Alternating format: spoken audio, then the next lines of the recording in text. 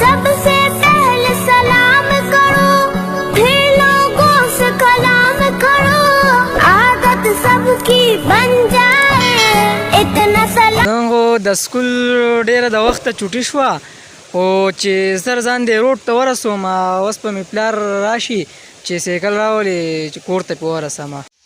اوهو دا څه ټایم شو ناوخته کېږي پلار به مې اوس کله راځي. بچوړې ستاسو د سکول خو یوه ګنټه وښوي چوټي شوې ده ته تر اوسه پورې کور ته نه یې تللی. ماما زه د خپل پلار انتظار کوم خو د اوسه پورې نه دی راغلی.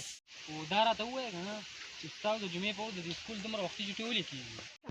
ما ته پته نشته چې په دې ورځ څه خاص خبره ده. تا ته د جمعې د ورځ د اهمیت هېڅ پته نشته او ما ته پته نشته که د انګلیش په متعلق څه تپوس دی نو زه به درله فورا جواب درکوم. افسوس.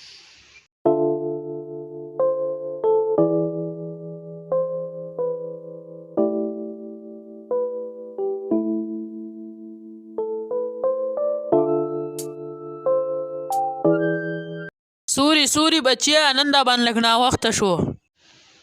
هله عبدالله دا ستا زوی دی؟ هله امتیاز راتی او دا زما زوی دی. دومره دې ناوخته کو که نه یوه ګنټه وروسته به راغلی وې که نه. اوف دې نه خو ښه دا وه چې زه په خپله درغلی وی کور ته. په تمیز سره خبرې کوه بچی دا خو ستا پلار دی څه کار به اوسه کوه پې ناوخته شوي.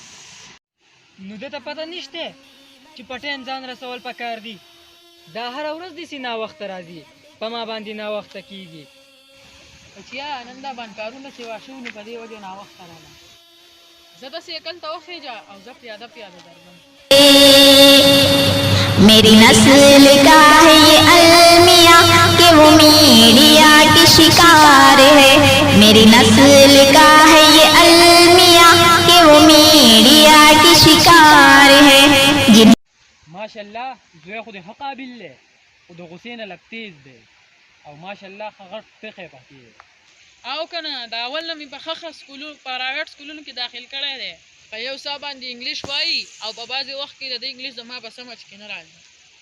زه ډېر خوشحاله شوم او ډېر وخت پس مې خپل ګاونډي ولیدو.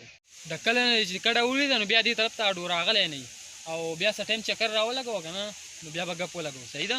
مصروفیات زیات شوي دي او ټایم خو نه میلاوېږي خو د خپل کوشش کوم چې د خپل ګاونډي دپاره ټایم وباسم. کوشش نو خامخا راشه او زه به ستا انتظار کوم. صحیح ده؟ څه پیدا چې به خپل زوی مې دومره تعلیم وکړو د مشرانو قدر ورسره نشته. خو د ده نه خو د مشرانو قدر امید زما نشته خو زه خدای دې خیر کړي.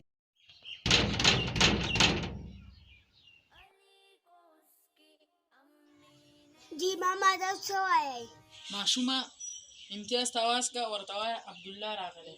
دای کېنه یا ابو جومات ته تللی.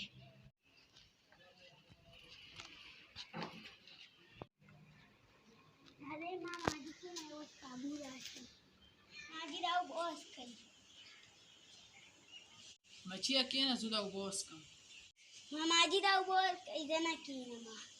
أمي يا حبا أهوى يا قلبا أعشق دنيا. څومره خوش اخلاق ماشوم دی د مشرانو سره څومره په ادب خبرې کوي. السلام علیکم. عبدالله زه خو ډېر خوشحاله شوم یاره چې تا د خپلو مصروفیاتو نه وخت وکاږو زما ځای ته رالې. ولې نه دونه وخت پس مې خپل ګاونډي ولیدو وخت په خامخا وباسم. سیف الله بچوړیا دې خوا راشه. جی ابو تاسو سوي بچیه کور ته ورشه که نه او چای راوړه. صحیح ده؟ جی ابو نو څه کار شته؟ بس دغه کار پوره دی ښه بچوړیا. ماشاءالله ستا زوی خو ډېر خوش اخلاقه دی. دا به کوم سکول کې سبق وایي؟ زما زوی خو په سرکاري سکول کې سبق وایي خو د ماشومتوب نه مې ورته دیني تعلیم هم ښودلی دی د دې دپاره چې د دنیا سره سره ورته د دین معلومات هم وي. ښه ما خو خپل زوی د ماشومتوب نه په پرایویټ سکولونو کې او په انګلیش میډیم سکولونو کې داخل کړی دی. ما وی چې د دې انګلیش ښه شي د هغه خو دونه ډېر اخراجات وو چې اوف ما وله دیني تعلیم نه دی ورکړی. واو ما ته پته لګېدلې ده چې ستا زوی ته د جمعې د اهمیت پته هم نه وه او د دې سره سره د هغه سره د پلار د خبرو کولو تمیز هم نه و او زه ډېر خفه شوم. ته صحیح وایې هغه ته دې خبرو پته نشته. زه د هغه به داسې انګلیش څه کوم چې د هغه سره د مشرانو قدر نه وي او دا غلطي زموږ د پلارانو ده. دا ټولې خبرې مونږ ته زمونږ دین ښیي چې حقوق العباد څه ته وایي، د مشرانو عزت څه ته وایي، اسلامي تاریخ څه دی، د مور و پلار څه حق دی او دا پیژندل زمونږ د راروان نسل دپاره ضروري دي. او زه پوه شوم چې دا ټوله غلطي زموږ ده. اوس هم زمانه وخت تللی نه دی خو د سکول سره سره یې مدرسې ته داخلو. کتونکو تاسو ته یم چې بېشکه تاسو به خپل زامنو باندې انګلیش سبق هم ووایئ، ساینس پې هم ووایئ او اعلی تعلیم پې ووایئ، خو د دې سره سره ځکه چې دغه هم زموږ ضرورت دی، خو د دې سره سره تاسو پې دیني تعلیم هم ووایئ ځکه چې زموږ به د راروان نسل څه کېږي دا هم زموږ لپاره یو ضرورت دی. مونږ دا خپله ویډیو د ماشومانو د تربیت متعلق جوړه کړې ده او که په دې کې اسلامي میسج وي نو زموږ دا چینل سبسکرایب کړئ، بیل آیکن دباو کړئ او په خوله برغول یې کېږدئ. که پکې اسلامي میسج نه وي نو بیا یې مه ګورئ او مه یې لایک کوئ او مه یې سبسکرایب کوئ. صحیح ده؟ والسلام. قرآن چې زده کړې قرآن چې پوهه په خپل دین شي ترېنه جوړ شي عالمان چې زده کړې قرآن چې زده